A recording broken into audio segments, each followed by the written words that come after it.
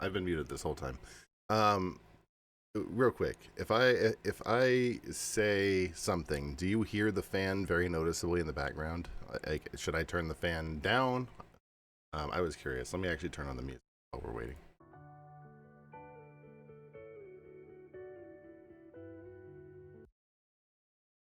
Synthwave is offline. That sucks.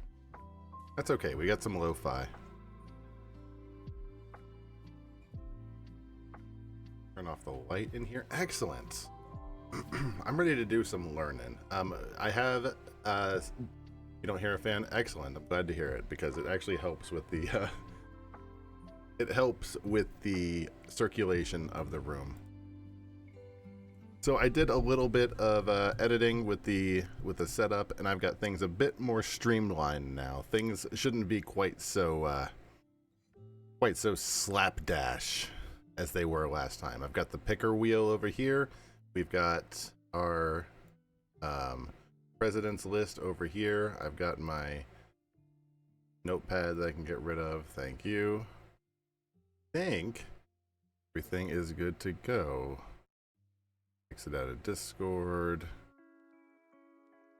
One touch portal. Oh, why there's two there. I'm gonna leave that there because no, I'm gonna make one exit. Sorry, I'm just talking about my computer stuff. Let us get to the presidential searching. So we've got our list of presidents here. I've got the actual versions of them that are available in the notes. The furry cosplaying versions, because I didn't really feel like using the terrible black and white versions. We've got the list here. You know what? You know what I do need? I need Notepad to keep track of who exactly is on the list. So I'm going to have the S, A, B, C, D, F. So on A, we have Benjamin Harrison and Teddy Roosevelt. And on B, we have JFK. C was Gerald Ford. D, oh God. I think D was Madison.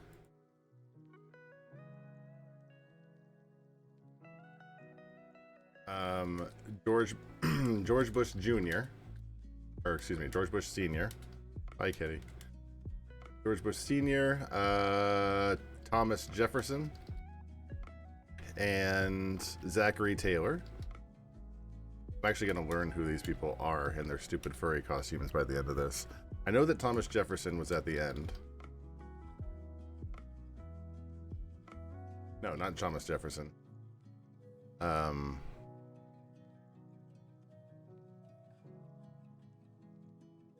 This was Johnson, Andrew Johnson.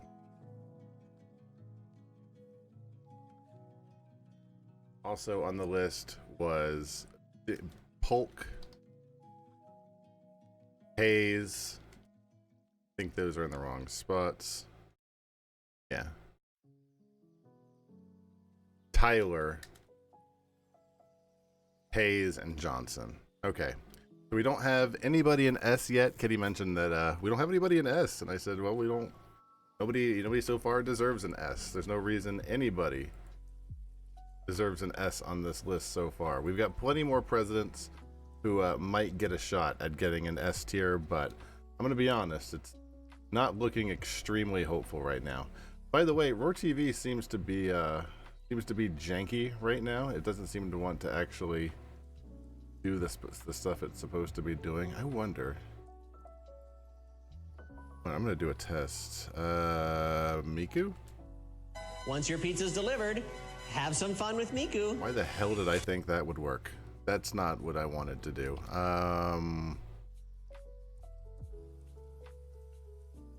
Never mind. It's fine. Anyways, the reason I mentioned that, yeah, I can see that it was trying to reset a channel. It's just going to keep replaying the same channel over and over again, apparently. So this would be a great opportunity to use some of your points to switch the channel, because I'm pretty sure that does work. Do the balls go in the condom too? That is an excellent question. Let's ask. Truvy, do the balls go in the condom too? Okay, yeah, see, changing the channel works. It just doesn't seem to want to do it automatically. So if you feel like you want to watch something different than Truvy, knock yourself out. But that is a problem for later. Today's problem is we need a new president. Let's get on this. We've got quite a few to get through, and I don't think we're going to get through them in the amount of time I thought. I mean, we started, I didn't even get to 15, which is kind of where my...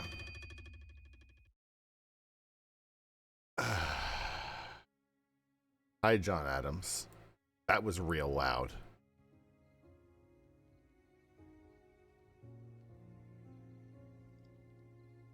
Let's not have it be that noise.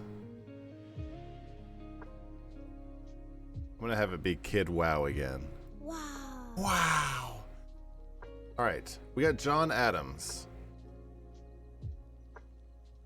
It wasn't John Quincy Adams. It was John Adams the second president.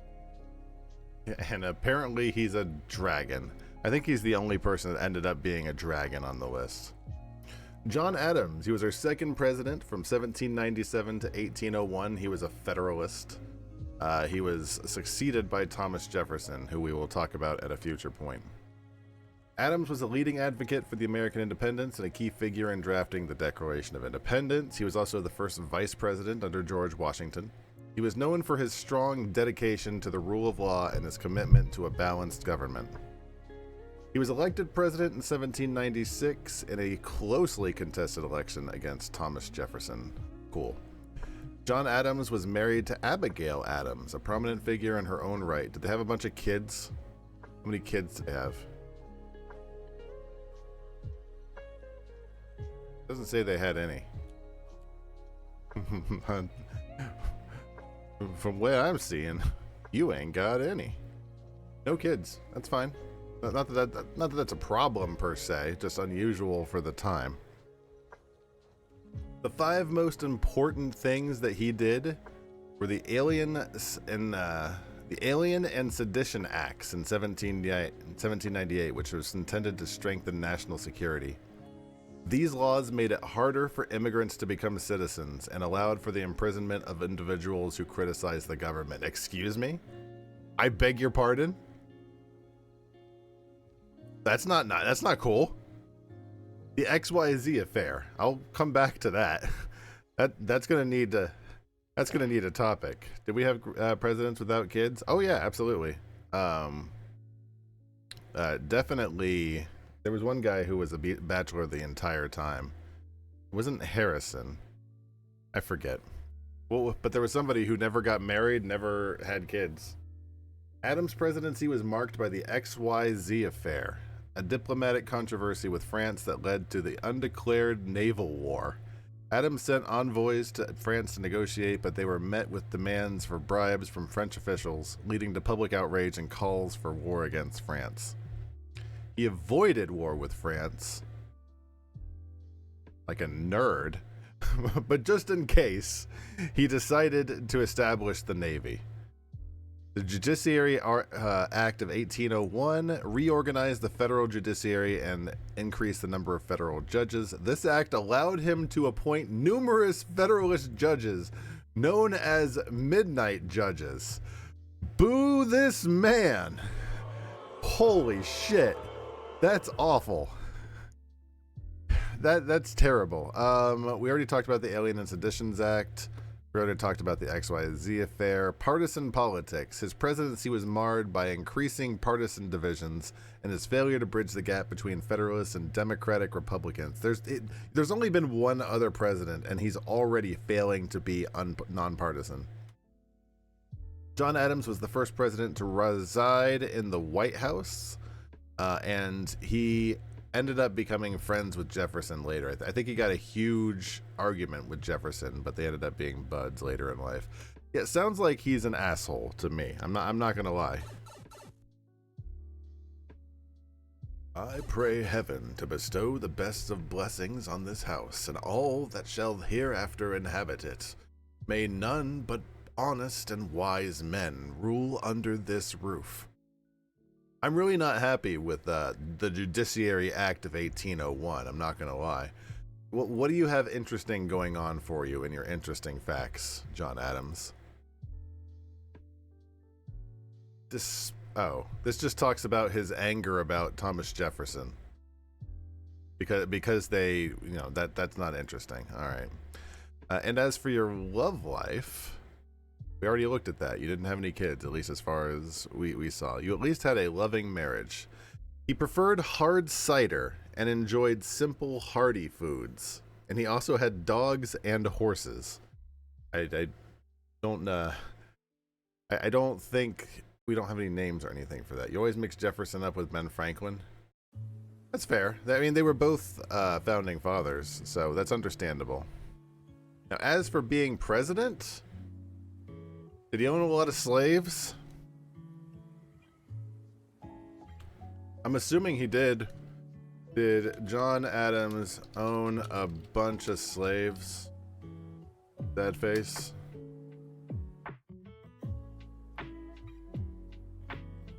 John Adams is often noted for not owning slaves. Oh my goodness! Holy shit, the bare minimum! Distinguishing him from his many contemporaries among the founding fathers. Adams was opposed to slavery on principle. He did not participate in the slave trade and did not own slaves at any point in his life.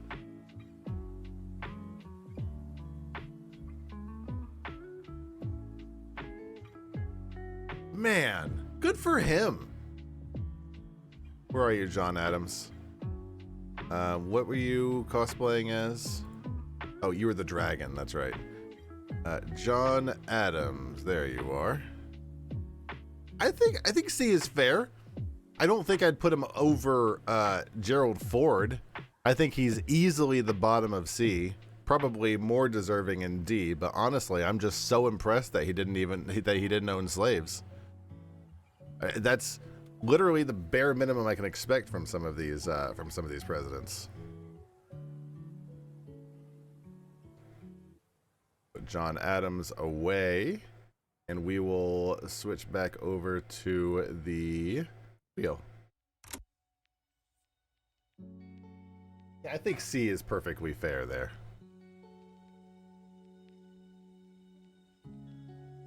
Wow. Millard Fillmore. Coming out swinging with the wheel today. All right. Fillmore gave a boat to Commodore Perry, I think is the name of the song lyrics. Oh God, what were the song lyrics for John Adams? Was John Adams kept us out of war with France. Millard. Awesome. He kind of looks like Scrooge. Millard Fillmore was the 13th president. He was a Whig, and he preceded Zachary Taylor. So we're getting a lot of people right in the middle of the presidency, like right in the around the baker's dozen level of the presidency. He was born in the year 1800 in a log cabin in New York. Largely self-educated, cool. Fillmore climbed the political ladder from a New York State assemblyman to U.S. congressman and eventually became vice president under Zachary Taylor. He assumed the presidency upon his death. He was the last president not to be associated with either the Democratic or Republican parties. So that's terrible. That's terrible. He never won a presidential election. He became president after the death of Zachary Taylor and did not secure his party's nomination for the next election. In 1856, he ran again but was unsuccessful. That's got to be embarrassing. Millard Fillmore married Abigail Powers in 1826. She was a teacher, and they met when Fillmore was her student. Interesting. Kept us from getting into a stupid war with the guys who bailed us out of the revolution is fairly important long term.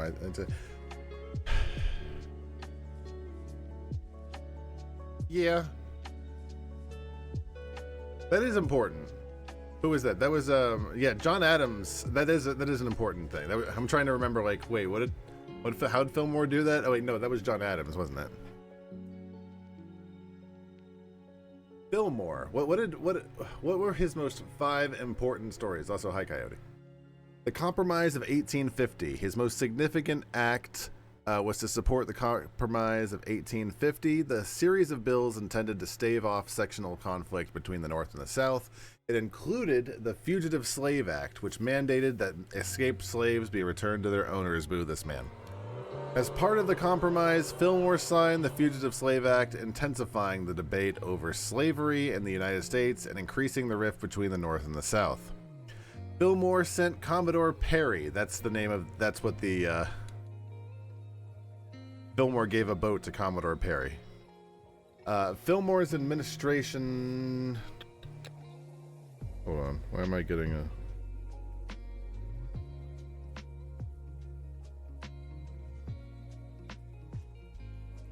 Oh, someone's texting me. I have to answer that later. Something about Steam. I'll talk to him at break. He sent Commodore Perry to Japan, which eventually led to the Convention of Kanagawa in 1854. Neat. So without this guy, we might not have had Japan, anime as soon. I don't know. We would have eventually had Japan, yes, but we would eventually had that sweet, sweet anime. Fillmore's administration vigorously enforced the Fugitive Slave Act, leading to several controversial and highly publicized cases of free blacks and escaped slaves being captured and returned to slavery. Ooh, this man. Fillmore expanded and modernized the Navy, advocating for a transatlantic telegraph cable and the construction of a canal across Central America. But you didn't do that. You didn't do that, though. That wasn't you. His 3 biggest failures were all really involved with the Slave Act, with the unable to bridge the North and South, and he failed to get his re-election. Fillmore established the White House Library, convincing Congress to allocate funds for this purpose. That's cool. That's a plus. He was one of the few one of the few U.S. presidents who did not have a vice president throughout his term. Ever? Couldn't have they didn't have the line of succession by the 13th. I think if something happened, and God say, God bless her heart, if something happened to Kamala Harris, doesn't the line of progression, doesn't somebody step up into vice presidency? I thought that's how it worked. Maybe I'm wrong. Fillmore introduced the hot stove, the first stove to the White House, but no food preferences are known. Why did he have to be a dick? Yeah, that's a real good question, Kitty. Because he had no known pets. That kind of sucks. Hold on. What about you, GPT? You need to speak up for Fillmore. Forgot what the question was, but I was. Oh, right. Speaker of the House. So but is that progression a actual thing? Do they just? Exactly. That's what I'm saying. If something, and God hope it doesn't,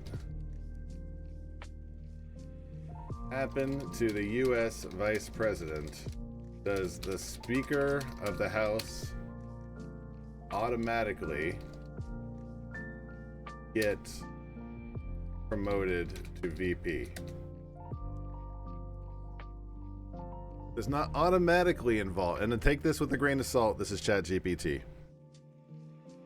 Instead, the U.S. Constitution and federal law provide a specific procedure for this constitution, or for the situation. If there's a vacancy in the vice presidency, the president nominates a new vice president. This nominee must then be confirmed by a majority vote of both houses of Congress. This process holy shit. So we would never have a vice president again. Holy God. There's no way. There's no way we'd ever have another vice president again. Not in today's polarized politics. The Speaker of the House is actually next in line for the presidency after the Vice President, according to the presidential line of succession. However, this succession applies to acting as president in case of the president's death, resignation, removal of office, or incapacity, not to filling a vacancy in the vice presidency. You don't automatically get voted to vice president. Exactly. There's zero chance of that happening. I couldn't imagine. There's no way. Where are we putting this dick bag? Fillmore. Fillmore? I'm gonna be honest. You have not impressed me. Fillmore. Gave a boat to Commodore Perry. Interesting facts about Fillmore.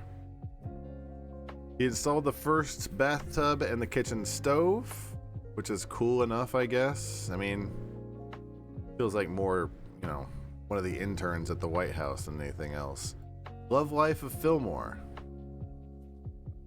He married his teacher, with whom he shared a classic romance and 2 children. And after her death, he found love again with the wealthy Caroline McIntosh. I'm not sure what sort of commentary it's trying to provide there. Fillmore, Millard. He's like that scruffy dog face. There he is. Fillmore's somewhere in D and F. Did he own slaves? Did Millard Fillmore own slaves? Did not own slaves. He was from New York, where a state where slavery was abolished well before his presidency. His political career was not directly associated with the ownership of slaves. However, his presidency is marked by his support for the compromise. Okay, he didn't own slaves, but he was a dick. So he's I'm thinking of starting him, but what else did he do? What else did he do worthwhile? He installed some things in the White House. That's about it.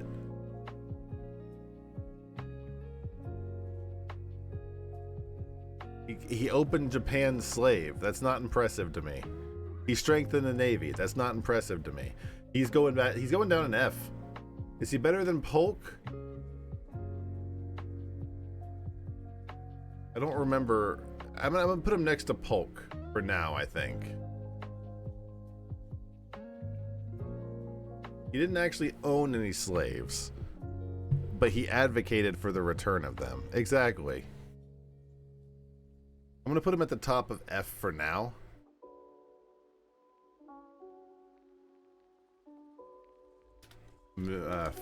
Millard Fillmore, top of F. Cool. Not impressed with old Millard there. He was endorsed by the Know Nothing Party. Yeah, he ran for it and then he failed, like later. He failed his re-election and then like in a future election, he failed that one too. Wow. Someone is asking you why Washington is an F. Washington's not an F. None of those people are Washington. That's Fillmore. That's Polk. That's Tyler. That's Rutherford B. Hayes. Obviously. Can't you tell? Rutherford B. Hayes and Andrew Johnson. Warren G. Harding, another winner.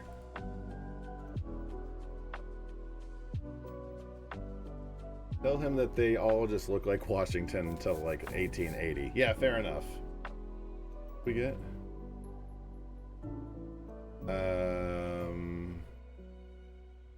I've immediately forgotten. Warren G. Harding. Harding said let's laissez-faire with business. Blind. Here we go. What do we get for Harding? Oh, he's adorable. That's an adorable little doggy right there.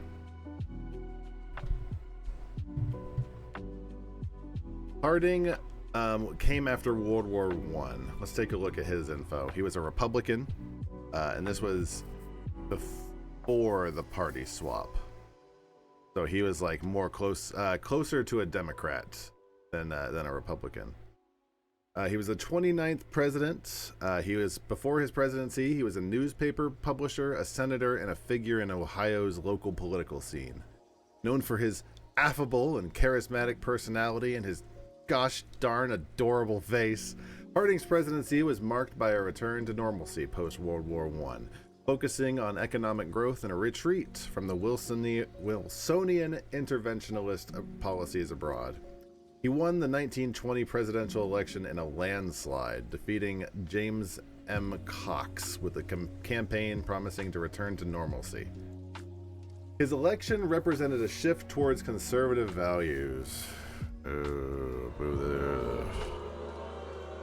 Harding was married to Florence Kling Harding versus Cox, who claimed Harding fathered her child. I beg your pardon? I bet you got to go into a little more detail than that. Tell me about Warren G. Harding's love life. Before he became president, he was deeply in love with Carrie Fulton Phillips, a relationship that lasted more than a decade. This affair was so intense that Harding wrote numerous letters to Phillips, love letters, some of which became public years later, revealing a side of Harding that was both deeply romantic and fraught with the complexities of the affair. One of his letters contained the words, "I love you more than all the world and have no hope of reward for earth or hereafter, so dear as that of your fond affection." Harding's marriage to Florence Kling DeWolf, however, was described as more pragmatic. Despite the marriage, Harding's affairs didn't end with Phillips. He was also linked to Nan Britton, who claimed that Harding fathered her child. You dirty dog. Dirty dog, put it away there, Harding. What are some interesting facts about Harding? He was the first president to speak on the radio and the first to be elected after women gained the right to vote. Harding's fascination with technology was emblematic of the Roaring Twenties. He was involved with the teapot scandal, right? Let's go back up to let's go to his complete negative. The Teapot Dome scandal was the most notorious scandal of the early presidents of that time, apparently. At least of his biggest thing. This scandal involved the secret leasing of oil reserves at Teapot Dome, Wyoming, and 2 other locations to private oil companies at low rates without competitive bidding. This happened because of bribery that involved several government officials, including Harding's administration was riddled with his friends, known as the Ohio Gang, who were involved in various corrupt activities. Harding is generally weighted as one of the worst presidents we've ever had. Okay. Glorp, you've said that about every president. I'm just saying, I'm noticing a trend. I don't think... I know that all the presidents kind of suck. I feel like there have been worse presidents.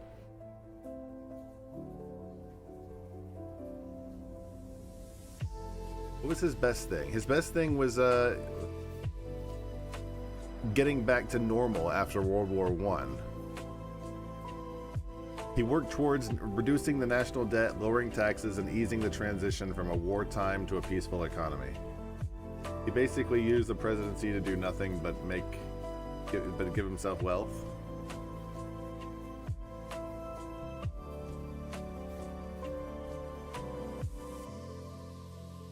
Was Harding's entire presidency just a front to make himself a shit ton of money?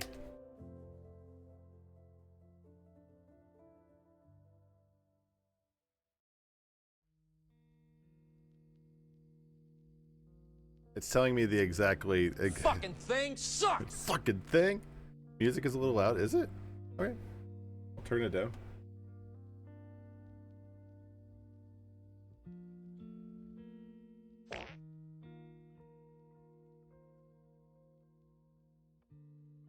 He hated organized labor and unions. That was also something of the age too. Like the entire country kind of sucked back then, and let me see his. It seems like his negative is the corruption, which that's quite a negative. He didn't really do much. Like I'm not putting him high up, but I don't know if I'd put him somewhere like an F. He's definitely not getting out of C, I don't think. Harding had a taste for home-cooked foods, with chicken pot pie being his favorite. I don't even know if he's getting out of D. He didn't really do much. Harding had a dog named Laddie Boy and a canary.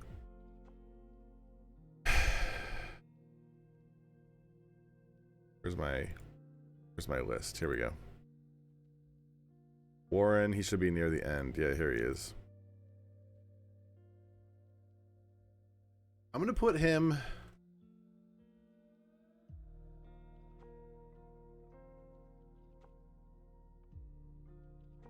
I feel like I can't put him above George W. Bush.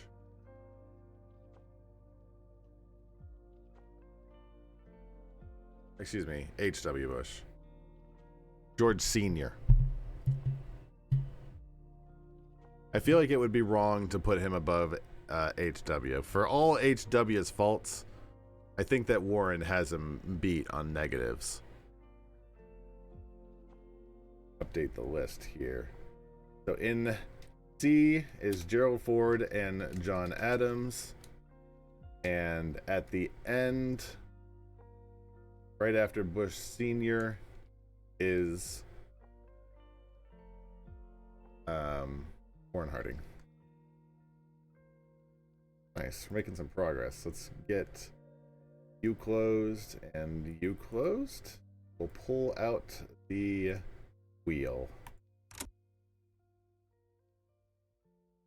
I've got a few more ideas for tier lists. The next ones won't have furry cosplayers in them, I promise. Wow, what did we get? Chester A. Arthur. We're getting a bunch of mid presidents.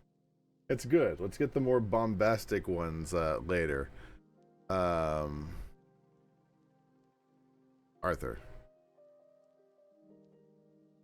Chester A. Arthur, number 21. Oh, he's adorable. He looks like that lion that the Lion King everyone accuses of ripping off. He looks like Kimbo or whatever the hell his name was. Chester A. Arthur, the 21st president of the United States. He was thrust into the presidency. Lewd. After the assassination of James A. Garfield. Initially serving as vice president, Arthur's ascension... Oh, I already said that. Before his time in executive office, he was a lawyer and a civil servant, notable for his role as the collector of the port in New York, a position which was eventually removed due to accusations of nepotism and involvement in the spoils system. Cool. He never ran for president in his own right. He became president after Gerald Ford's assassination, and didn't seem like he tried again after that. Arthur was a widower during his presidency. His wife, Ellen Lewis Herndon Arthur, died of pneumonia. His 5 most important things. Okay, Chester A. Arthur. What did Arthur... Arthur suspended Chinese immigration. I know that's what Arthur did. That's our line from Jonathan Colton. The Pendleton Civil Service Reform Act of 1883. This act was a significant piece of legislation marking the fundamental shift towards reforming the federal government's patronage system. It established the Civil Service Commission and made it illegal to fire or demote for political reasons employees who were covered by the law. This was a crucial step in moving away from the spoils system towards a more merit-based system of employment. That's a positive. Notes for, points for Arthur. Tariff reform. He recognized the need to reduce excessive tariffs that protected domestic industries, but also raised prices for consumers and created tension for foreign business trading partners. Arthur initially vetoed a bill that banned Chinese laborers from entering the United States for 20 years, citing the drastic measure as a breach of the U.S.-China Burlington Treaty. However, he later signed a revised version the Chinese Exclusion Act, which imposed a 10-year moratorium on China labor immigration. This act marked the first significant law restricting immigration into the United States, reflecting the era's growing anti-immigrant settlement. Please make the naked corruption in the federal... Exactly. You can't... Everyone's doing it. Wrong button. Everyone's doing it. You just gotta... No one's talking about it. You gotta shut up. Keep it under wraps. A bunch of presidents modernized the Navy. I don't know why GPT felt the need to include that, but Arthur also upgraded the Navy. Despite the era's prevailing attitudes, Arthur showed some support for civil rights, albeit limited and largely ineffective. He attempted to enforce the civil rights laws of the time, particularly focusing on protecting the rights of African Americans in the South, but his efforts were largely thwarted by both Congress and local resistance. Cool. Limited impact on civil rights is his big failure. Veto of the Rivers and Harbors Act. I remember reading this and was mad all over again. Arthur vetoed the Rivers and Harbors Acts. Wait, no, this isn't the right one. Which would have provided federal funding for internal improvements. He saw it as an unnecessary expenditure, although they later overrode his veto. He had a cautious approach to federal spending, but also demonstrated a lack of support for infrastructure. And he failed to secure a renomination. He tried to get it in 1884, but was unsuccessful. He was a fashionable man. He was he had an impeccable sense of style. He owned over 80 pairs of pants and was considered one of the best dressed men of his era. Ooh la la. Upon becoming president, he ordered a significant renovation for the White House. He hired Louis Comfort Tiffany, the local designer, to redecorate. Well, good for him. He made the area a lot prettier. That doesn't really make up for, banning the Chinese for 10 years. A little goddamn racist, but whatever.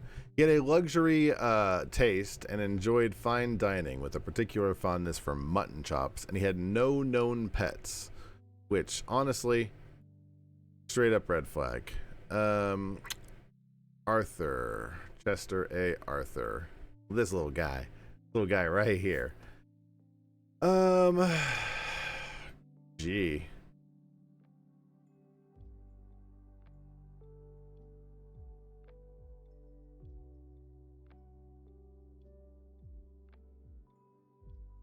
Should I put him over Harding?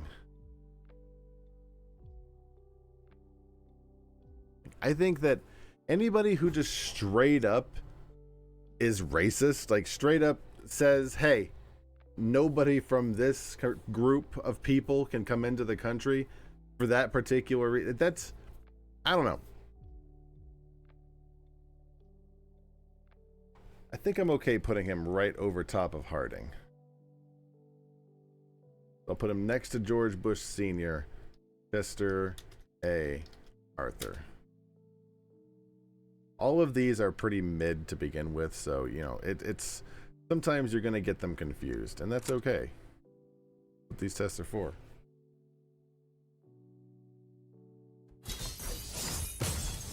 Oh my God.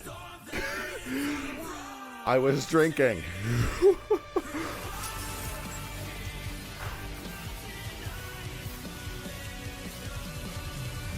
No, that wasn't scary at all.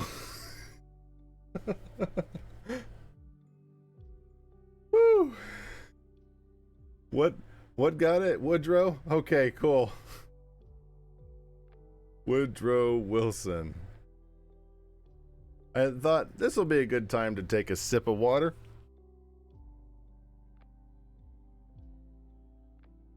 Woodrow Wilson's a sheep. Wilson dropped the bomb on Hiroshima, unfortunately. I think that's both a plus and a negative. No.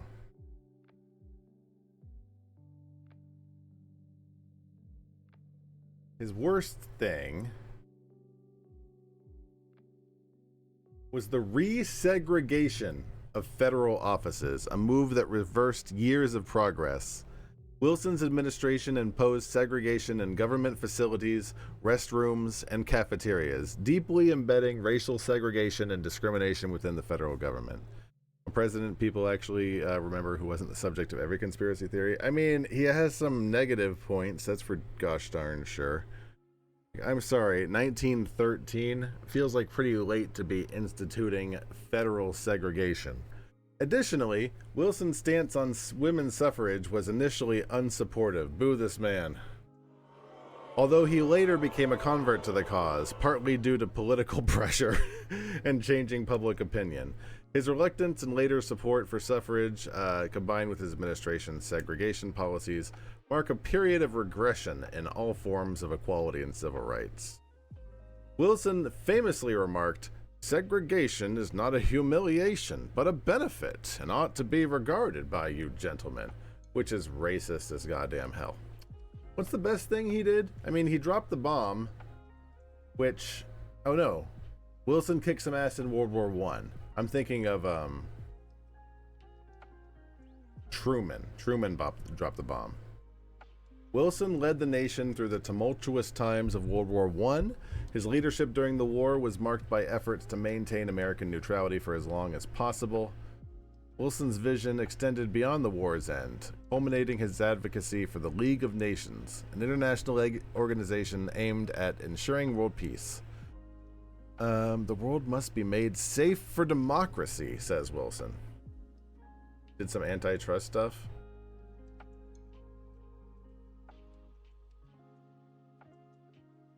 Prevented the United States from joining the League. So the Senate was like, nah. Wilson was like, yeah. And the Senate was like, nah. What were some interesting things he did? I thought they already had gotten, air quotes, done with the antitrust by the time they got to Wilson. Wilson enjoyed Southern cooking, particularly dishes like fried chicken.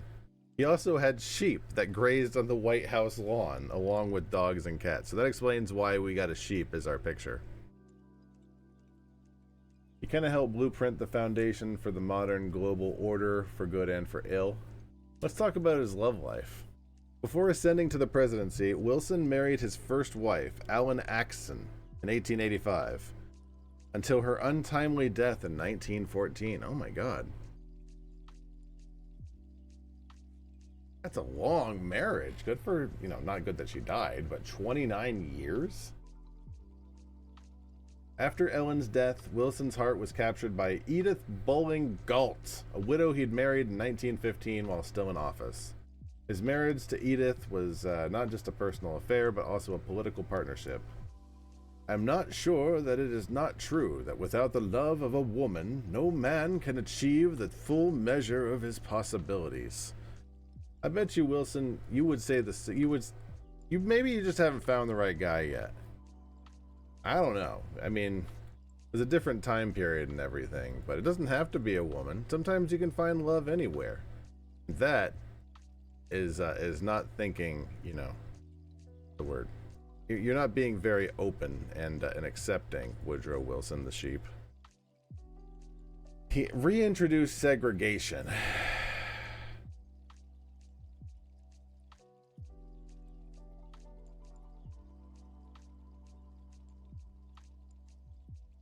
That already drops him down to D. What else could drop him? He got us through World War I, which was really good. He tried to get us into the League of Nations, which was, probably a good thing in the grand scheme of things. Maybe the bottom of C? Top of D?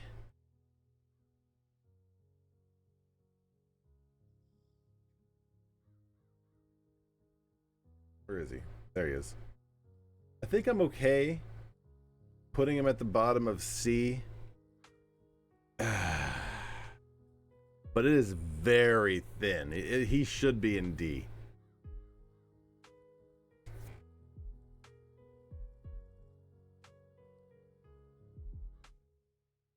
I'm going to put him in D or in C for balance sake.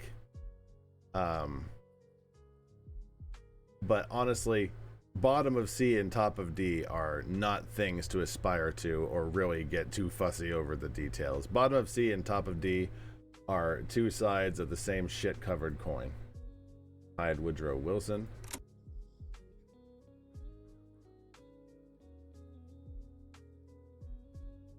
What do we got? Wow, Grover Cleveland.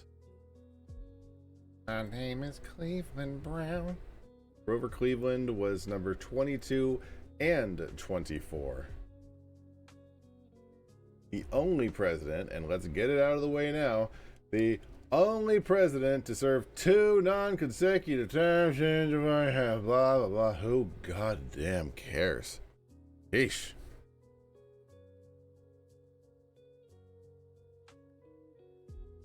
Like, yeah, it hasn't happened since. So what? A lot of things haven't happened since. The White House only burned down once. But you found other things to talk about with what's his name? I think it was Madison, maybe? Cleveland was born in 1837 in New Jersey. Oh, I agree, Coyote. I'm just saying, I'm like, especially if that happens, then maybe it will give that guy, you know, maybe it will give less of a reason for people to care about Grover Cleveland and his, you know, non-consecutive things. In 1888, he lost the Electoral College to Benjamin Harrison.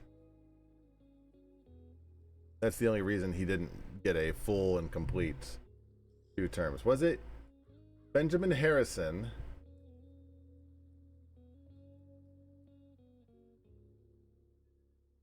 Who was his vice president, I wonder?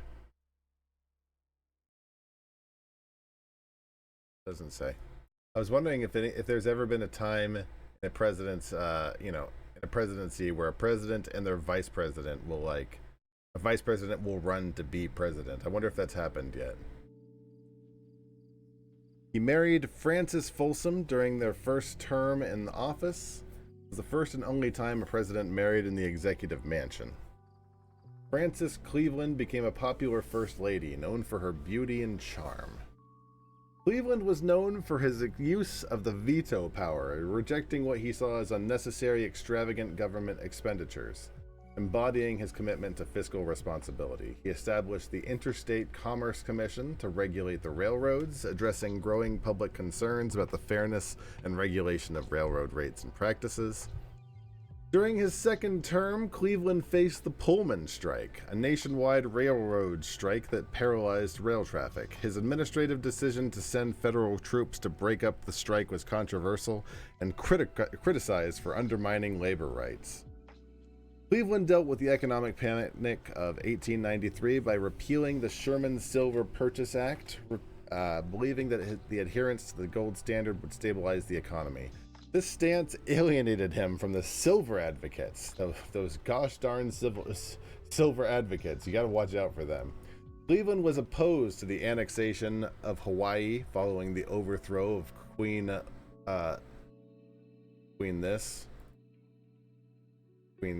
name right there. Hold on, I got this.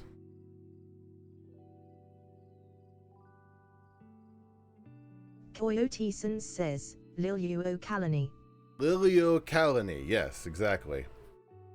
He tried to restore the queen to power, reflecting his opposition to imperialism. So Grover Cleveland had the opportunity to annex Hawaii, and he was like, I don't want Hawaii. I want the Hawaii to have itself. Interesting. Cleveland's handling of the Panic of 1893 is often criticized for not providing immediate relief to the economic distress of millions of Americans. It's popularly, though inaccurately, believed that the Baby Ruth candy bar was named after Cleveland's daughter Ruth. However, the confectionary's timing and trademark suggests a more complex story. He was the first president to have electric lights. And that's about it for him. What about... His favorite food was simple fare, but he loved corned beef and cabbage. Ugh. Gross. No disrespect, but that's disgusting.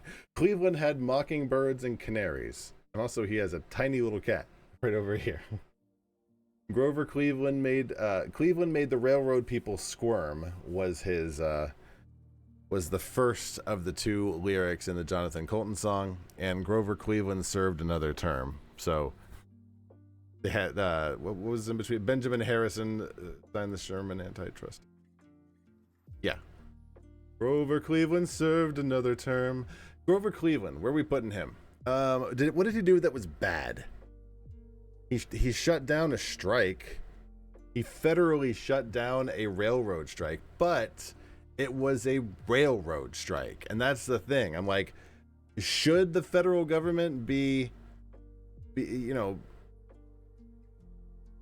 shutting down railroad strikes with like he did? I don't know. I don't have that answer. He sent federal troops to break the strike, citing the obstruction of mail delivery as his justification. The action resulted in violent clashes with more than a dozen workers killed. I don't know if I blame him for the death. That's not his fault necessarily that people died. But I don't know if that was a good, use of your power.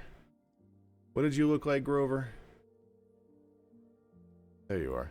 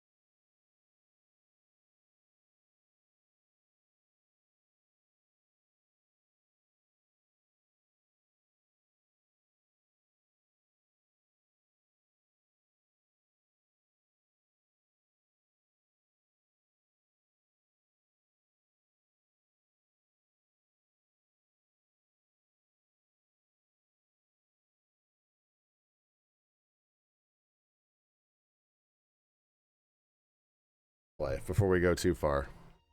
Lyndon B. Johnson had a love life marked by a long and complex marriage to Claudia Alta, Lady Bird Taylor. They met in 1934, and Johnson proposed on the first date. She said, yeah. She said, yeah. The marriage was not only a union of hearts, but a strategic partnership. I cannot remember the world without her, Johnson once said in a Nixon impression, highlighting the profound impact Lady Bird had on his life. White racists and conservatives switched from being Democrats to being Republicans around the time LBJ was in office. Yeah, it was that's why people say the party of Lincoln. It's like, no, you don't get to claim Lincoln. Sorry, don't be idiots. Just because he's, you know, I don't know why I'm arguing that they're not in here. Nothing else interesting in the love life. He had a very nice relationship with Lady Bird Johnson. Well, let's take a look at his best things first. Lyndon Johnson, taking office after the tragedy of JFK's assassination, embarked on a mission to transform America with his vision of a great society. Oh, don't like that. At the heart of his vision, never mind. At the heart of his vision was the landmark civil rights laws, the Civil Rights Act of 1964 and the Voting Rights Act of 1965. These acts were monumental, aimed at tearing down the barriers of segregation and discrimination against African Americans, and were a significant leap towards equality. Johnson famously said, "We shall overcome," aligning himself with the civil rights movement and showing his commitment to these tackled changes. Beyond civil rights, his Great Society programs tackled poverty, education, and healthcare, leading to the creation of Medicare and Medicaid, which provided essential health services to the elderly and the poor. Those are all great things. Let's take a look at what his worst things were. Initially, U.S. involvement in the Vietnam War was limited, but under Johnson's administration, the commitment deepened extensively. The Gulf of Tonkin Resolution in 1964 gave Johnson broad war powers, and he used them to increase U.S. military presence drastically. This decision led to a prolonged conflict that resulted in the loss of thousands of American lives and millions of Vietnamese casualties, both military and civilian. The war's impact on the United States was profound, sparking widespread protests and leading to a deep division within the country.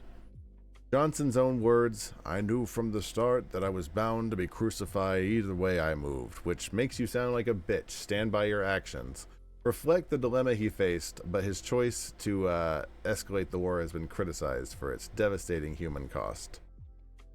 Yeah, that's pretty bad. Yeah, he did the Voting Rights Act. Yeah, he did a lot of really good stuff. Vietnam was a bad thing. One of his most interesting aspects was the unconventional approach of persuasion,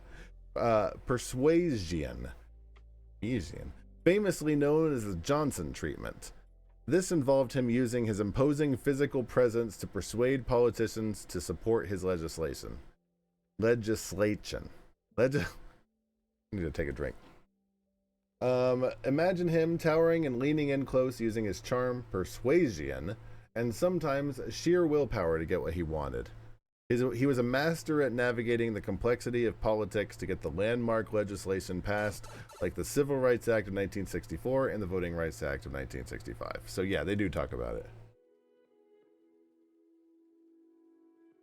Did somebody do... I don't understand what is going on with Roar TV right now. Like, it only seems to be working sometimes. Unless somebody else pulled up a hook that I didn't see. Another interesting fact was his unexpected passion for environmental conservation. Under his watch, the Wilderness Act of 1964, the Water Quality Act, and the Endangered Species Preservation Act were all passed. Those are he's got some really good things under his belt. Unfortunately, he really fucked over Vietnam. Really screwed up with the Vietnam thing. Johnson had beagles named Him and Her, among other dogs, which is actually very funny. He also had a lot of immigration reforms.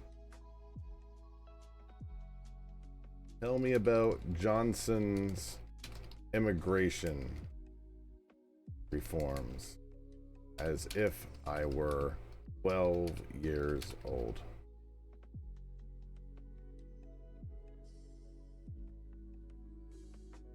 Before Johnson made these changes, the rules who could come to the U.S. were pretty unfair. They favored people from certain countries, mostly in Europe, and made it really hard for people from other parts of the world like Asia, Latin, and Africa, to move and come here. In 1965, Johnson signed a law called the Immigration and Nationality Act, and it was a huge deal. The law changed everything by getting rid of the old laws, blah, blah, blah, blah, blah, blah, blah. Based on this new law, lots of people from places they hadn't had many chances to come here. The United States made it more diverse. B is pretty, I think B is pretty fair. Let's take a look. Where is Lyndon?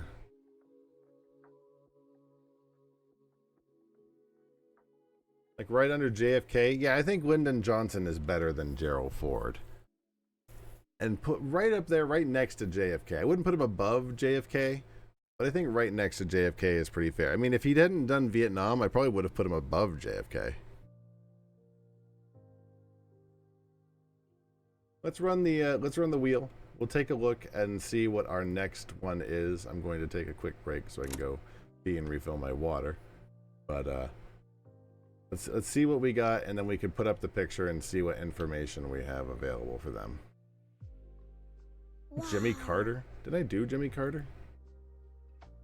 Carter lusted in his hearts for peanuts. Carter, there you. Hi, Carter. Absolutely adorable.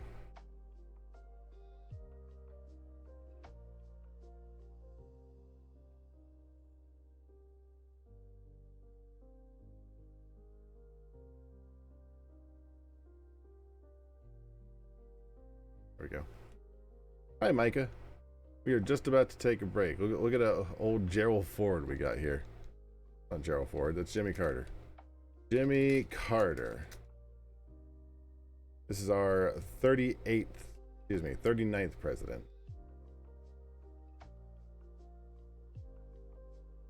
Perfect. So I fucked everything up. Absolutely screwed everything up. Yeah, I could just do that.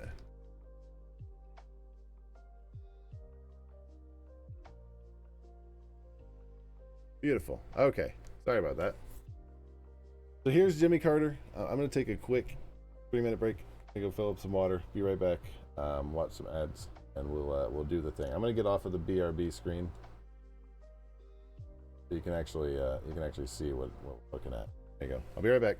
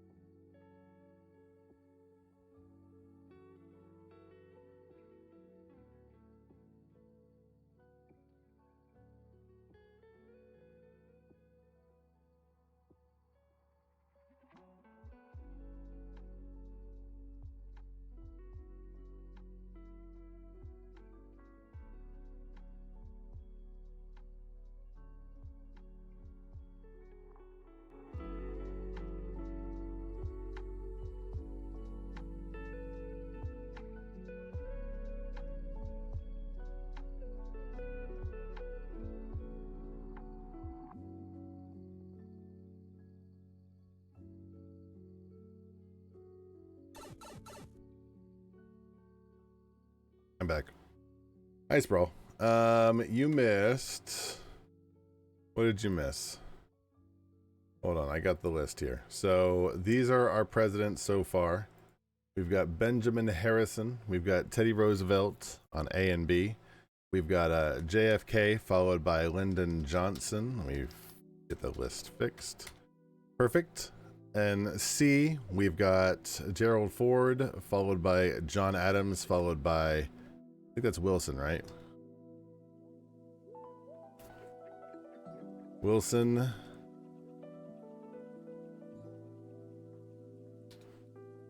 Followed by Madison, H.W. Bush, that's Grover Cleveland, Chester Arthur, Warren Harding, Thomas Jefferson, Zachary Taylor. And then in F, I don't think F's changed yet. No, somebody was added to F. Millard Fillmore was added to F. So our list is relatively the same. I think it was at work, Kitty. Most likely. Jimmy Carter looks like a cat. Jimmy, there you are, Jimmy. Jackson should be D. The sheep is Woodrow Wilson. Where is Jackson? Jackson, Andrew Jackson?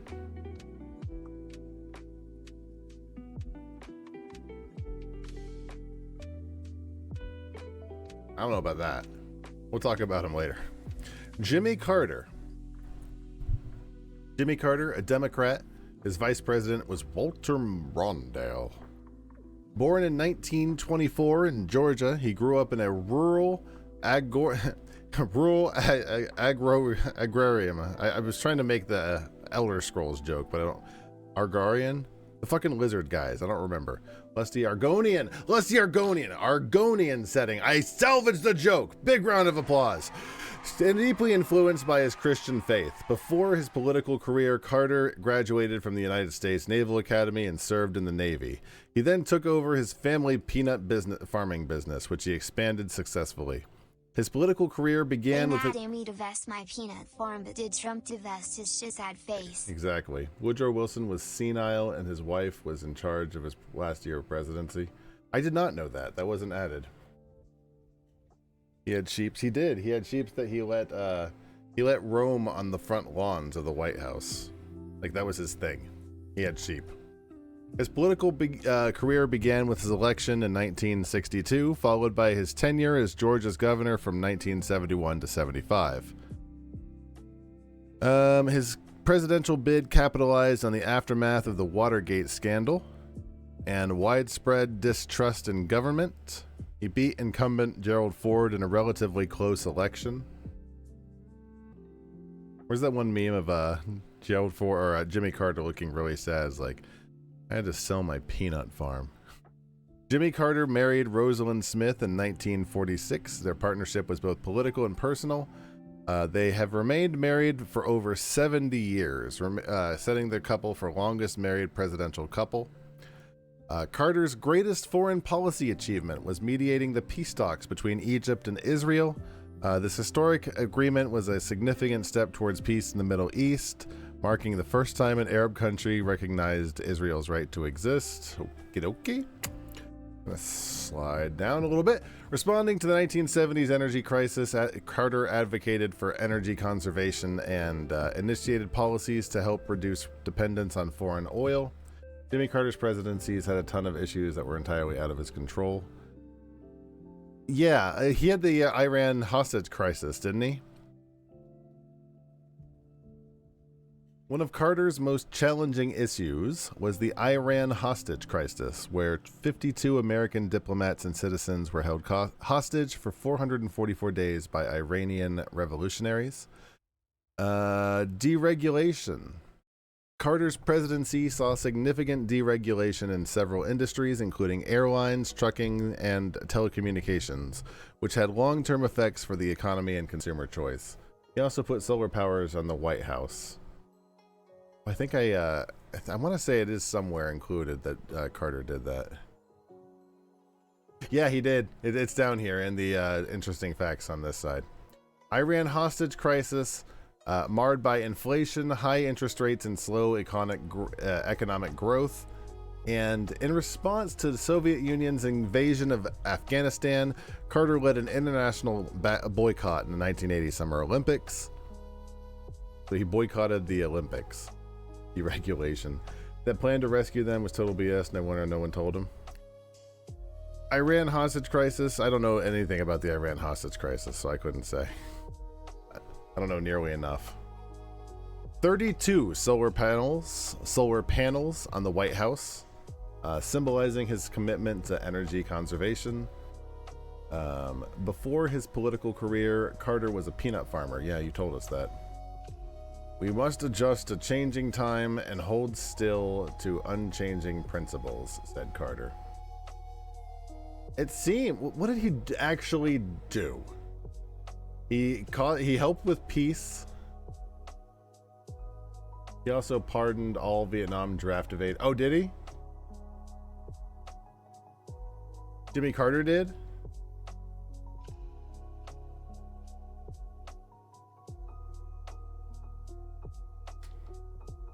Pardon a bunch of draft dodgers.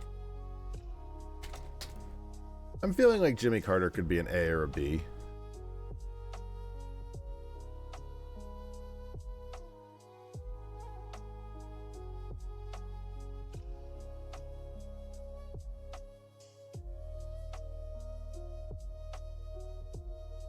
Yeah, and all anybody ever knows about Carter is that he was a peanut farmer. As a peanut farmer, he naturally enjoyed peanuts, but also favored Okay, stop. Hard stop. I want to know why he has a Siamese cat named Misty Malarkey Yin Yang. Misty Malarkey Yin Yang. Tell me more about the cat with the really racist sounding name. Misty Malarkey Yin Yang.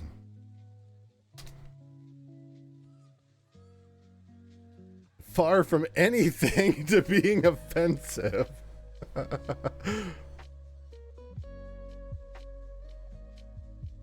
The name Misty Malarkey Yin Yang reflects a playful and whimsical naming choice. Bullshit! You can't just hand wave that. I'm sorry. I don't believe you, GPT. I'm gonna let it slide because I don't have any proof otherwise, but I don't believe that was just a... His daughter named the cat? I think it mentioned that. I think you're right. The cat belonged to Amy Carter.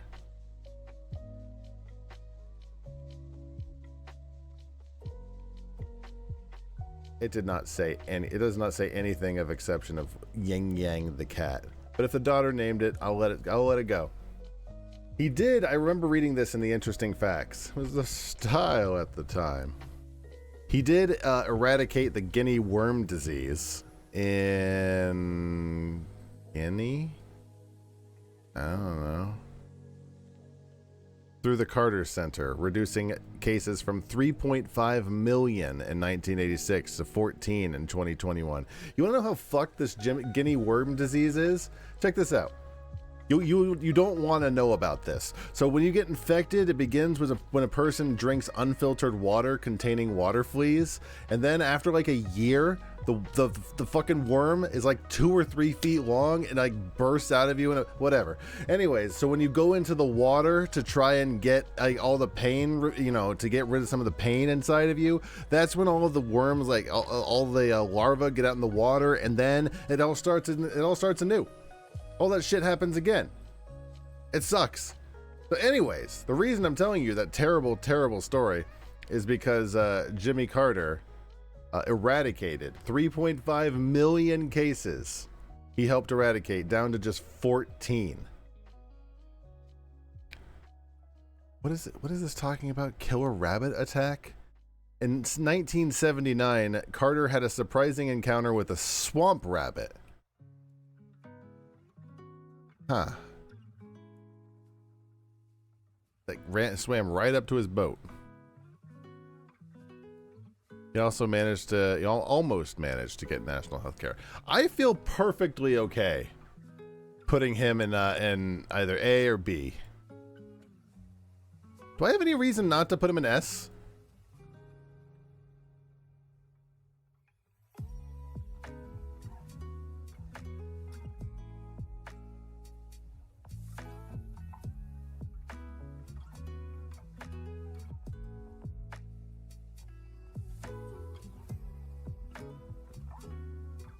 I'm not really seeing any huge, big benefits for the U.S. as president. As person, he did some incredible stuff.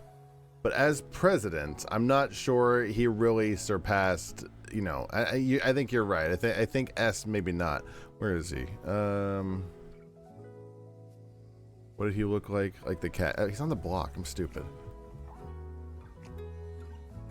I don't think I'm okay. I don't think I'd put him above Teddy. Actually, I am. I am. Suck my balls. I am. In fact, I'm gonna put him above Benjamin Harrison.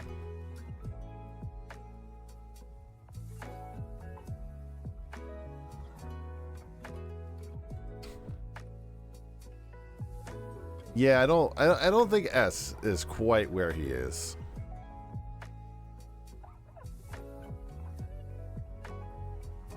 I don't feel okay putting him above Teddy, or vice versa, putting him below Teddy. I feel like everything I've seen Carter do, his ideas were sound. His biggest negatives are the deregulation, hating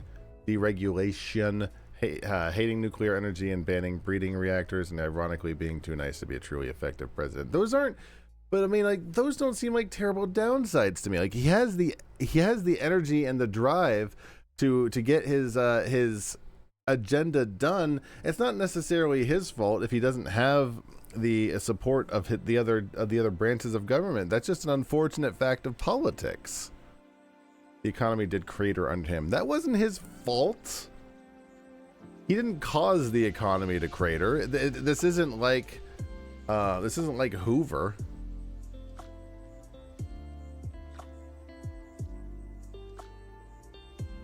I'm willing to put him there for now. We'll see. Jimmy Carter, I'm going to put him right there next to Benjamin Harrison.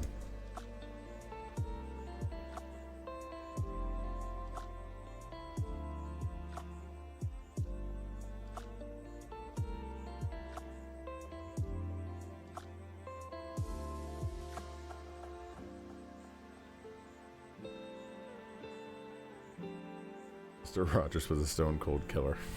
He was.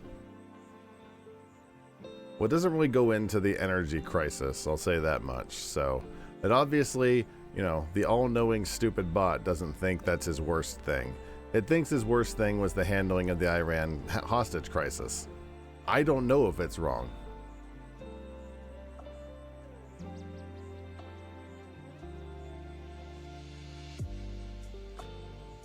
Well, let's put it this way.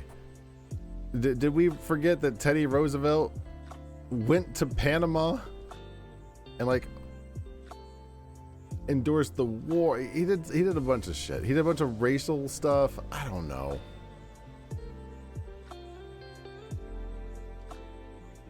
I'm leaving him there for now. I'm willing to keep him in the same tier. And it's all very close at the end of the day. End of May. I'm okay putting Teddy in A, but not anywhere close to S. Wow. The internet is full of conservative propaganda about the last dozen presidents. Oh yeah, I mean, there's going to be propaganda about the presidents everywhere you look, in the old school. Because that's what we were all taught on. Like, the presidents are perfect. Like, look at John Quincy Adams over here. This is what the actual peak physical male form looks like.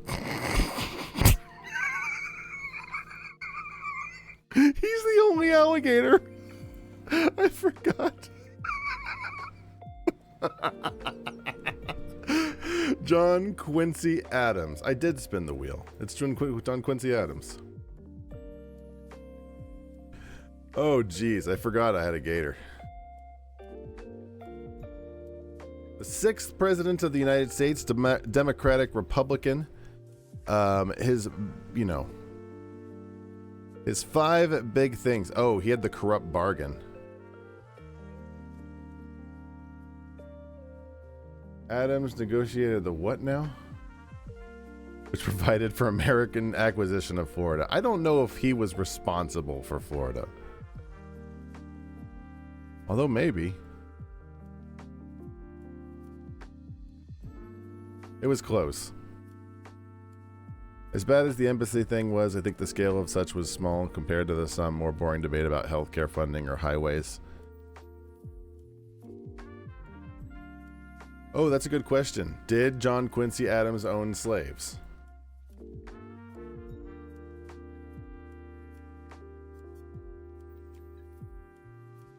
Did this motherfucker own slaves? Is known for being a strong opponent of slavery.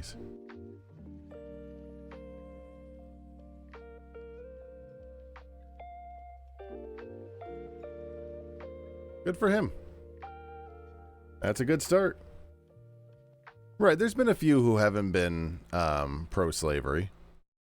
John Quincy Adams formulated the Monroe Doctrine alongside President James Monroe. This doctrine was a cornerstone in U.S. foreign policy. It asserted that further efforts of... Wasn't this Monroe? Why are you taking credit for this? Yeah, you were Secretary of State. You can't take credit for that. That was Monroe.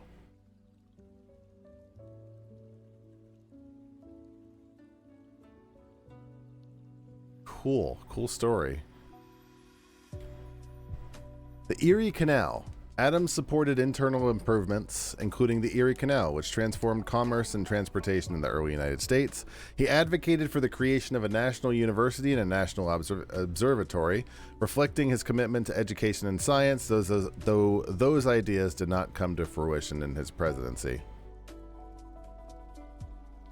Though passed at the very end of his presidency and largely attributed to his successor's administration, Adams supported what became known as the Tariff of Abomination, which protected northern manufacturing but alienated southern planters and contributed to sectional tensions. He was the first U.S. president to be photographed after his presidency.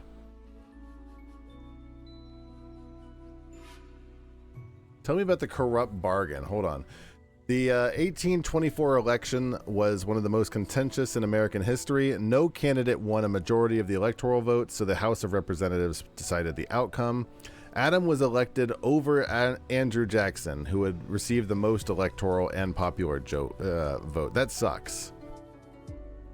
That sucks. Andrew Jackson won the most electoral and popular votes, and then the House of Representatives was like, "Nah, we're gonna pick old Adams." That sucks. That's gonna knock him some points. I'm not gonna lie. Adams was known for his morning swims in the Potomac River, often doing so naked. Points returned. He liked being naked.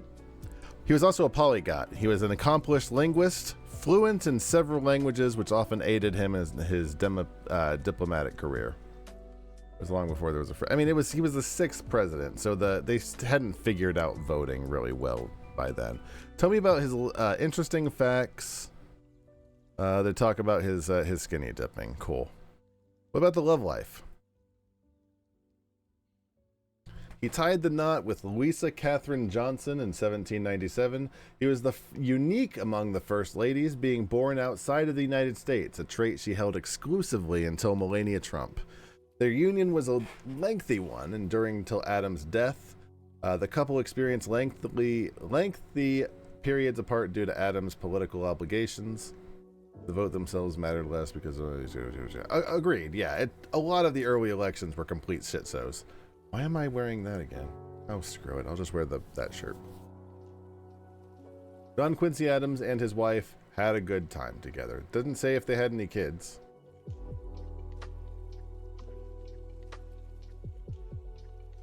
Anti-slavery, Erie Canal, inspired by science.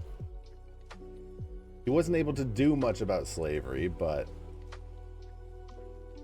the corrupt bargain, do we really blame him for the corrupt bargain? The corrupt bargain was mostly Henry Clay, right? I don't know. Did he do anything illegal?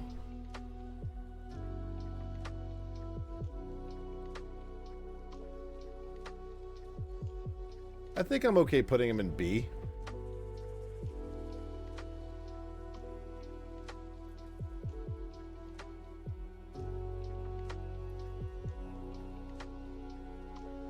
Where is he? He's the only alligator. There he is. The quote for John Quincy Adams, by the way, is John Quincy Adams looks just like his dad. Which is not true. Not, at least not on this tier list.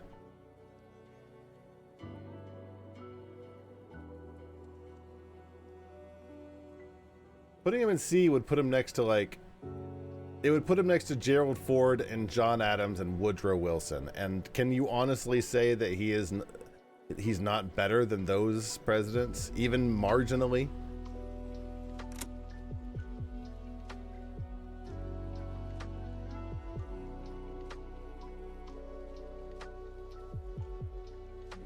Wow.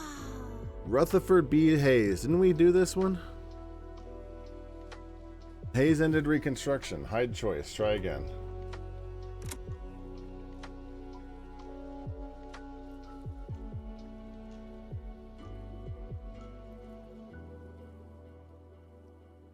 Wow. I think you put those other guys way too high. Well, I have good news for you. I have someone who's going to get a very low ranking real quick.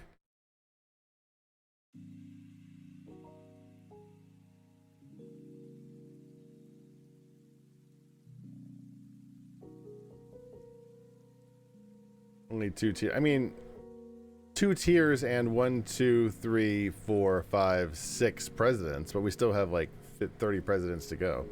Where's Trump? Get up here. Get on the block. Get on the fucking block. All right. Number 45, Donald Trump. We're gonna be objective here.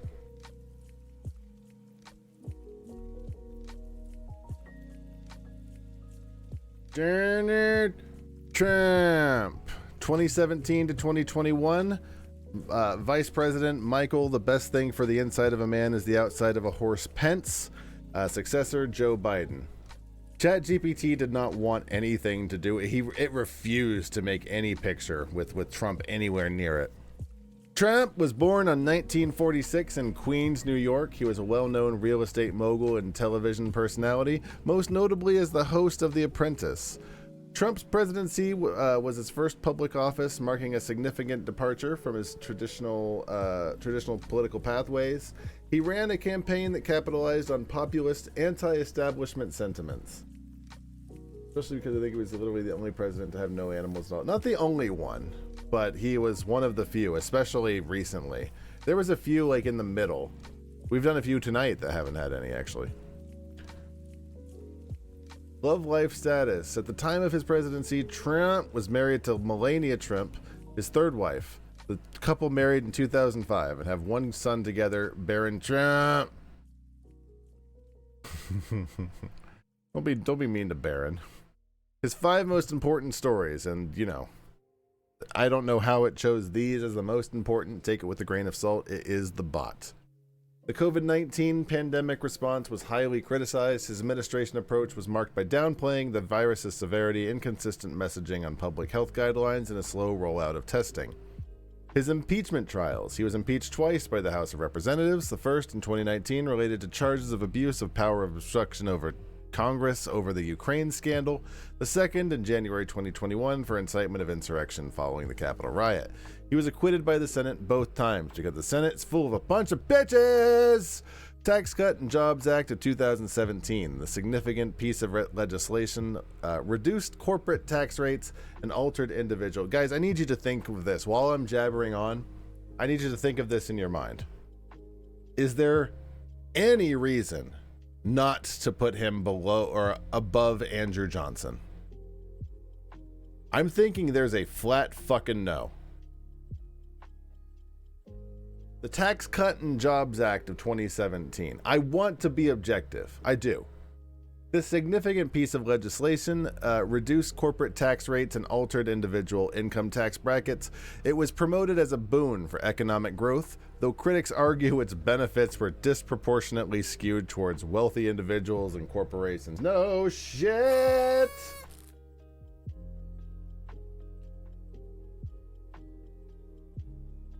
The reason is you push H.W. Bush and D. He's not the bot. Give me reasons. Why not? Objectively speaking, I can think of a lot of reasons.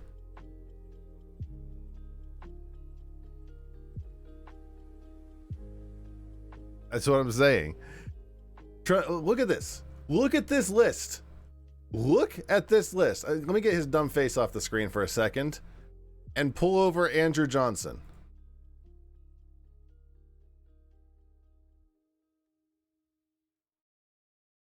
Let's look at some of the positives he did. These are his most important stories. His most important story, his most positive story. I'll pull you to say he's literally the worst. I disagree. That's why I'm having this discussion. Hold on, let's pull up Donald Trump. These are his best things.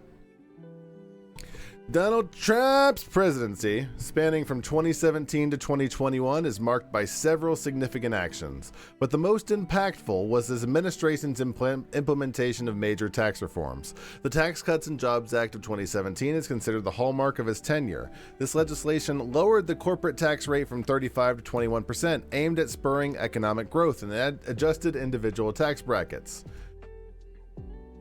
George W. is worse. I don't know about that.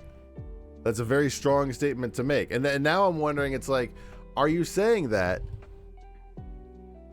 because time has passed and you know, you're remembering him as the possible worst? Well, I'm not saying that could not in good conscience declare him the literal worst of all. Always heard it was limited by availability of testing machines. The other thing that Trump did was nominated 3 justices to the Supreme Court.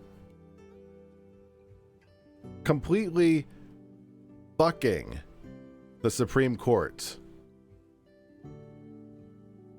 Exactly. Look, okay, here, stop. Let's get the bot involved. What are some objectively non-partisan positive things that Donald Trump did during his presidency?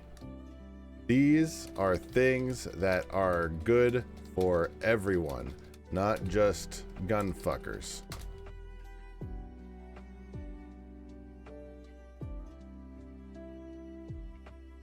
Criminal justice reform. The First Step Act, signed in law in 2018, aimed to reform the criminal justice system and reduce what? The fuck word is that? What is this word?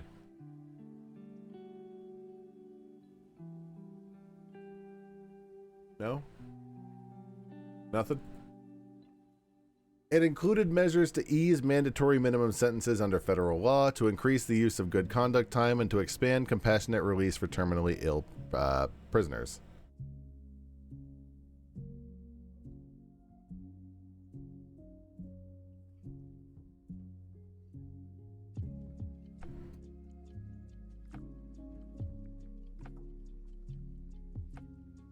Operation Warp Speed, economic growth, bipartisan support for infrastructure. Infrastructure week is coming.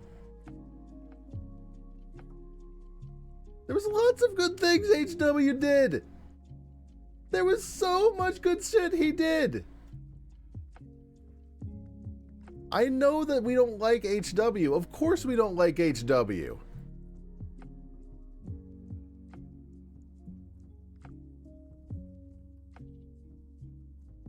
He did the ADA. That was actually the only thing I was remembering. He did the ADA. I don't see Ukraine's issue as Trump's fault because that has been brewing for 30 years. It's more complicated than that, Micah. This was before the Ukraine war. It was a thing. I don't remember the exact details, but it was something like Trump and President Zelensky were on a phone call, and Zelensky was asking for assistance, and Trump was like, do me a favor and find me information on Biden. Whatever. Bullshit. I don't know enough about what happened, but it was enough to convince them to convict for impeachment. I don't know. Impeachment's such a false flag these days. I don't know. Nor did he start a war under false pretenses. Again, very bad things. Hold on. Let's say, yes, George W. Bush, I'm going to put him as a simple W right here. I'm going to put Trump as a big old T right here. So I'm like, looking at this, you could say, sure, W did something real bad, started a war, and did all the weapons of mass destruction, and he did a bunch of other stuff. And then he did a bunch of other stuff and a bunch of other stuff. And Trump did a bunch of little stuff, like consistently, like all the time. They might have just been little things. But you have like W, his thing is like way up here. But for the majority, he did not murder Native Americans or injured. Yeah, I know that. You know what he did do? He separated migrant families at the border, killed children who would never see their families again. I get that it's not exactly the same as lynching people. I get that it's not the same as saying that people can't use the same water fountains. But let's just put it to you this way. People who go from this side of the border to this side of the border, you used to have a family of 4, now you have a family of 2, because fuck you, fuck your family. Your kids are going to die in a river. Fuck. I'm just trying to say, Obama and Biden, yeah, but not quite with the same level of goddamn gusto, aren't they? I'm not saying that Biden and Obama and every other person who dealt with the border were doing a dang swang single dob fucking good time. But there's a difference between, I highly disagree. George W. Bush also created the Guantanamo Bay concentration camp. Agreed. He was the first president when he started paying in politics. Agreed, which is why I'm doing this. Oh, I forgot I brought a cheese stick in here. Yeah, and Obama, he did his whole presidential campaign thing. He said he was going to shut down Guantanamo Bay. He never did. Obama also, did a bunch of drone strikes on civilians. Again, terrible thing. I think what's happening is we're starting to get out of the time frame of when old Donald Trump was in office. So you start not seeing his same stupid, terrible bullshit every single day. So you start to forget. And you're like, I remember Trump did break a law every single day. But, man, George W. Bush started a war. It's like, yeah, they could both be real bad. And levels, and also, let's not pretend that George W. Bush wasn't fucking pushed around by Cheney and the rest of his squadron of evil.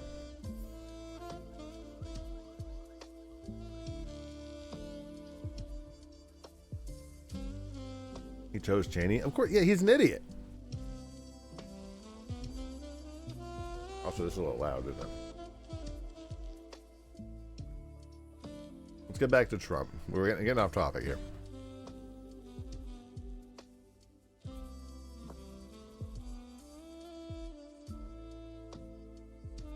He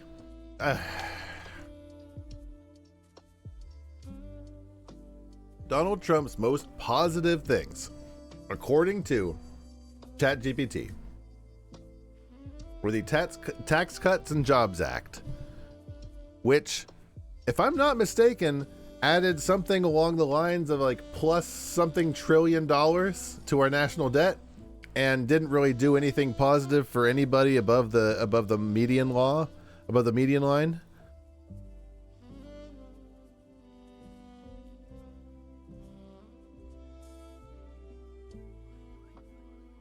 Yeah, well, didn't Biden give us some too? I don't remember. It's been so long. He also made judicial appointments a key focus, successfully nominating 3 justices to the Supreme Court. I think the Supreme Court thing completely fucked everything. Yeah, it is a negative. I agree. That's what I'm saying. This is the objectively. This is the possibly most objective thing that it could come up with as the best thing. Also, putting 3 justices on the Supreme Court is a success. Like, whether we agree that those particular justices should have been done at that time with the circumstances that were involved, I don't know. That's a subject for another day.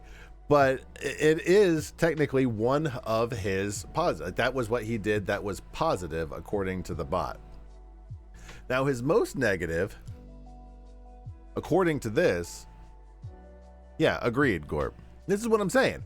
This is what I'm saying. I'm like, look, I'm not trying to downplay the fact that Andrew Johnson had slaves, and actually it wasn't Andrew Johnson. I forget why Andrew Johnson was on the bottom now, come to think of it. But he did something real bad. He didn't own slaves, sure. But he gleefully did the things that other people, he did gleefully said the things aloud, which I don't know, maybe I'm putting too much emphasis on the fact that it was said aloud. But if he's willing to say that shit out loud, imagine all the shit that never got said out loud. I don't know. Let's take a look at his love life. Mushroom ass, penis ass bitch. Donald Trump has had a highly publicized life that has made headlines even before he took office. He's been married 3 times, with the most recent time being to Melania Noss in 2005, standing out. Before Melania, Trump was married to Ivana Trump in 1977 to 1992. His COVID response probably resulted in far, far more COVID death and suffering than even the immigration policy. To be fair, Coyote, these are separate questions that I was asking, so it doesn't it's not necessarily reading from the exact same report. This is like one version of GPT. I said, okay, tell me the coolest thing it did, and like another version I said the bad thing, and like this version, the really big list was all one question. Roy, you're not being objective. What do you mean? What did I say that was, all that applied to his presidency, didn't it? What did I say that wasn't applied to his presidency? I'm being objective as shit. Rant went on for the last 10 minutes. Yeah, because it's kind of important that that we remember the shit. I don't know. I being gaslit. I'm being gaslit is what I'm being. Before Melania, Trump was married to Ivana Trump from 1997 to 1992, with whom he shares 3 children, and Marla Maples from 1993 to 1999, with whom he has a daughter. His marriages have often been featured in the media, highlighted by both the glitz and the challenges of high-profile relationships. Melania, a former model from Sylvania, rhymes, has been by Trump's side throughout his presidency, embodying the role of the First Lady with her own unique flair. That's what we call politics, kids. Trump's love life reflects his larger-than-life persona, with what separates the winners from the losers is how the worst Trump impression, is how a person reacts to each new twist of fate, which was probably said by his ghostwriter.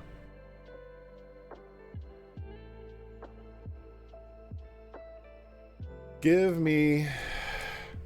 Why should I not put Donald Trump at the bottom of a S through F tier list? I'm coming up blank.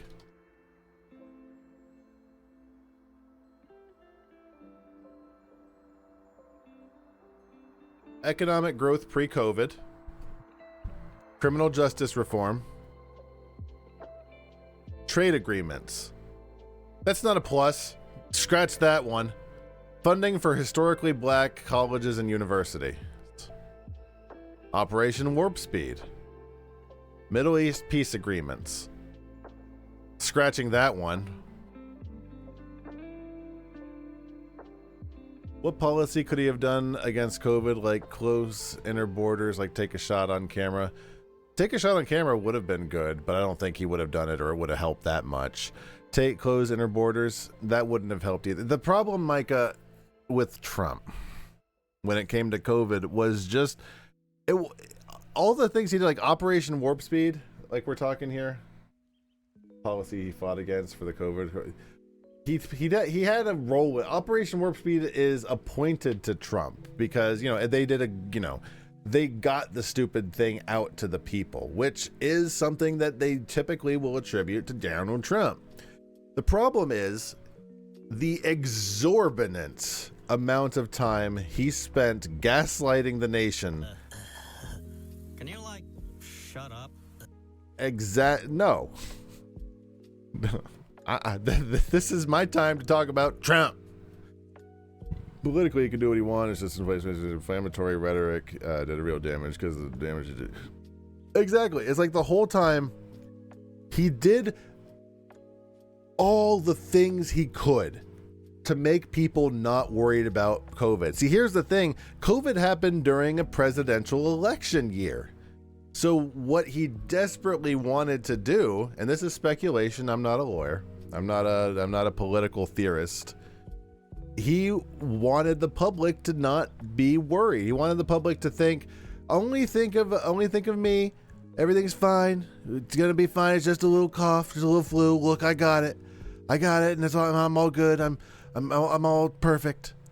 He wanted people to not give a shit. He wanted people not to be under a pandemic, because being under a pandemic is bad for politics. But there was only so much he could have done. But when it came to being the role model for people like Ron DeSantis in Florida, from his viewpoint as governor, he's looking at Donald Trump saying, "Oh, Mr. President wants to reopen the country. He wants us to go do things. I like Donald Trump. I like being his governor. Yeah, Florida wants to reopen too." So it's like this, everything he did. I don't know. That might just have to be an overruled here. Like, what did Andrew Johnson, what was his bad? I think he owned a lot of slaves, didn't he? That's kind of worse than what Trump did.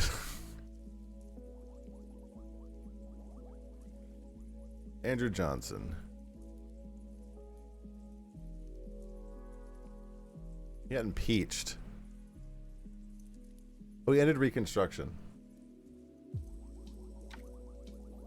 Owning slaves isn't a political... I mean, it's kind of bad. I'm not wrong. As a matter of fact. Not on this one. I'm wrong on a lot of things, but... No, I wholeheartedly disagree. Yeah, see, I know what your argument is. You've told me your argument. I've heard it. George W. Bush started a war in Iraq.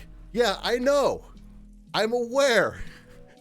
Andrew Jackson started the fucking Trail of Tears and killed thousands of natives. It's not. It's really not. It's been 2.5 years and we're already forgetting.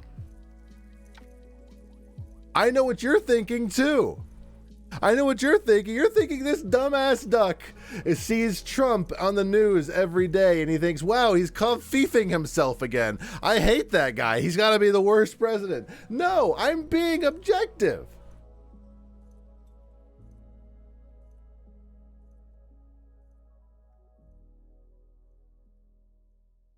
Just saying.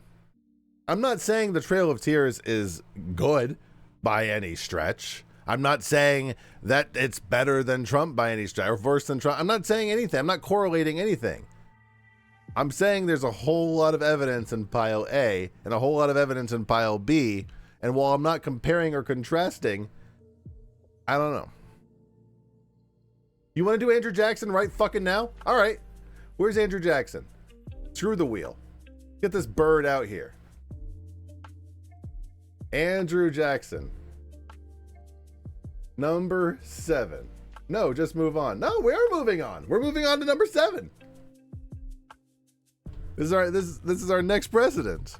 No wheel. The Jonathan Colton presidential song for this one is he got rid of all the Indians. So Andrew Jackson, apparently 1929 to 18. I'm keeping my mouth shut. 1829 to 1837. Democratic. Was never married during the presidency. Andrew Jackson, 1767, rose from humble beginnings to become the 7th president of the United States. Things Trump hasn't done. Genocide. Do you think so? I disagree. You think you maybe not officially. Maybe not, as an act of Congress. But I disagree. A lawyer and a landowner, he became a national war hero after defeating the British in the Battle of New Orleans during the War of 1812. Known as Old Hickory for his toughness, Jackson's presidency is marked by his advocacy for the common man and his strong executive actions. Jackson's path to the presidency was contentious. In the 1824 election, despite winning both the plurality of the popular and electoral vote, that was the corrupt bargain. In 1828, he won in a landslide, riding a wave of popular support. Didn't we already do Jackson? No, I don't think so. Yeah, we did Johnson. No, we haven't done Jackson. Apparently, this is the one this is the one we're worried about. Jackson was deeply devoted to his wife Rachel, who died just after his election victory in 1828. His death, which he attributed to the stress of the campaign's personal attack, which seems like a stretch, cast a long shadow over his inauguration. 5 most important acts. Jackson signed this act, the Indian Removal Act of 1830, which authorized the forced relocation of Native American tribes living east of the Mississippi River to lands west of the river.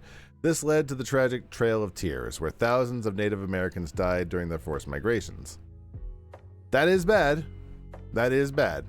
Nullification crisis, a major confrontation between South Carolina and the federal government where the state declared that it could nullify federal tariffs. That's not a thing.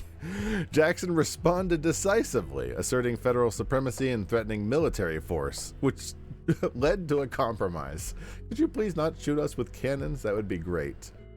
Jackson opposed the Second Bank of the United States, viewing it as a corrupt institution that benefited the wealthy elite at the expense of the common people. Why is this relevant to us? The Bank of the United States. He vetoed its recharter in 1832 and subsequently moved federal funds to state banks, leading to a brief economic downturn and a fundamental shift in the American banking system. Like, I don't understand why having a national bank is a bad thing. I don't get that. Jackson's presidency is noted for expanding democracy for white males by advocating for more direct election methods and broader suffrage. His inauguration was famously open to the public, symbolizing his populist approach. And also a social scandal with the Secretary of War and his wife. I don't know what that's about. What tell me more about that. I want to hear about some juicy gossip. Tell me about Peggy as if you were a newspaper Barker boy. Relevant because he's the face in the $20 bill because he gets to be immortalized in the currency of the bank system he hated. That's funny. Step right up, ladies and gents, and hear the tale of intrigue, gossip, and scandal that took American President Andrew Jackson's cabinet to its core. Peggy Eaton, the vivacious and controversial wife of Secretary of War John Henry Eaton, became the talk of the town when rumors about her past and the rapid marriage to Eaton after her first husband's death swirled throughout the capital. The wives of other cabinet members in Washington society, led by the formidable Florida Calhoun, wife of Vice President Calhoun, refused to accept Peggy into their circles. Okay, this is just people being catty. I'm less interested now. Where's Jackson? He's a bird, right? Here we go. Put him on the block.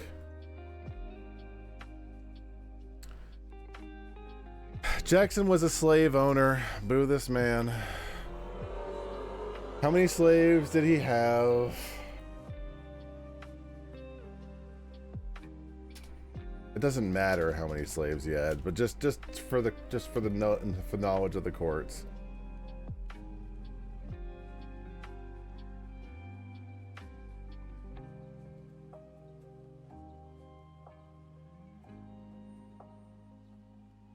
It's reported that he owned as many as 150 slaves by the time of his death.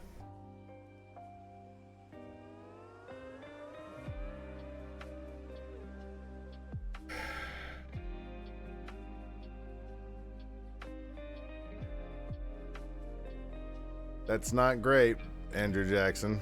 Got me by the balls here. Jackson received a 1,400-pound block of cheese as a gift and invited the public to the White House to consume it. The event was a hit, but it left a strong smell in the White House for months.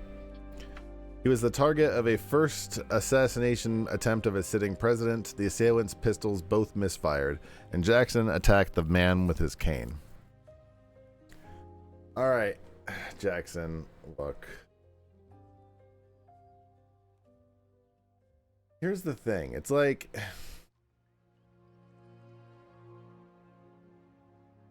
I How do I clear this? I don't know how to use this program.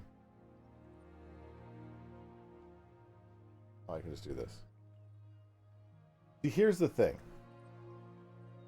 And I'm trying to sound objective. You have Andrew Jackson, who owned a shit ton of slaves and did the Trail of Tears.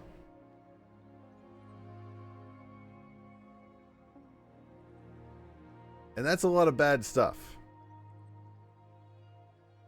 And when you have someone like, you know, George W. Bush, George H.W. Bush, Reagan, Donald Trump, you don't have the same levels of, holy shit, they did a lot of bad stuff. You have, you know, the tax thing, separating people from their families, you know, insurrection, court that, you know, stealing documents, you know, threats against sitting officials, doxing, you know, etc., etc., etc., etc. And it's like, look, I'm not trying to diminish the Trail of Tears, open corruption, you know, nepotism. And I'm like, I'm not trying to say that one, you know, the thing that killed hundreds of thousands of people, the few events that Jackson did, I'm not trying to diminish them. They were horrible things. But it feels like they are very close. I think I'm going to give him a tie.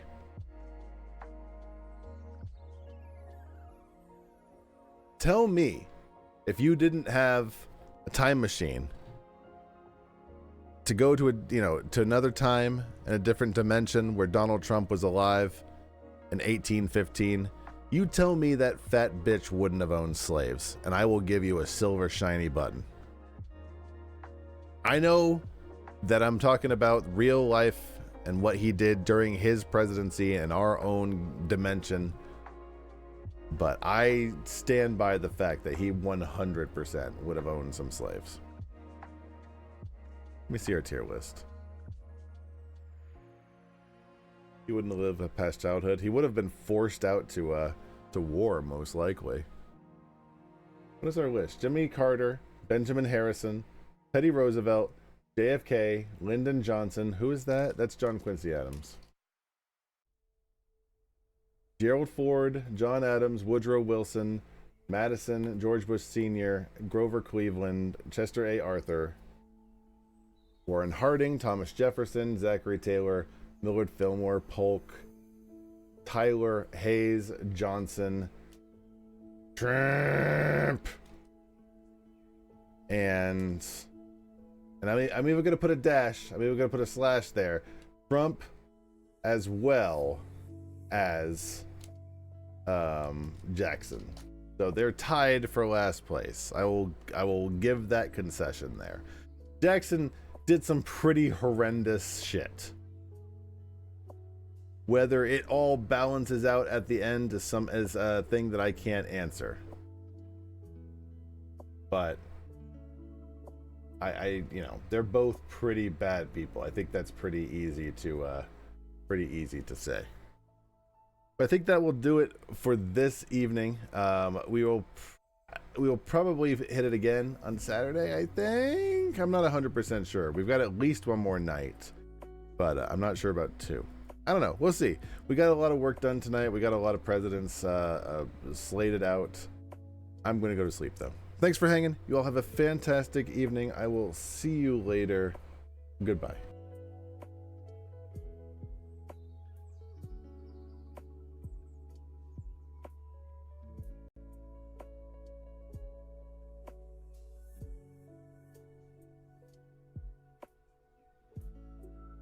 Please take young children by the hand and look down as you step out onto the moving belt. The belt is moving at the same speed as your vehicle.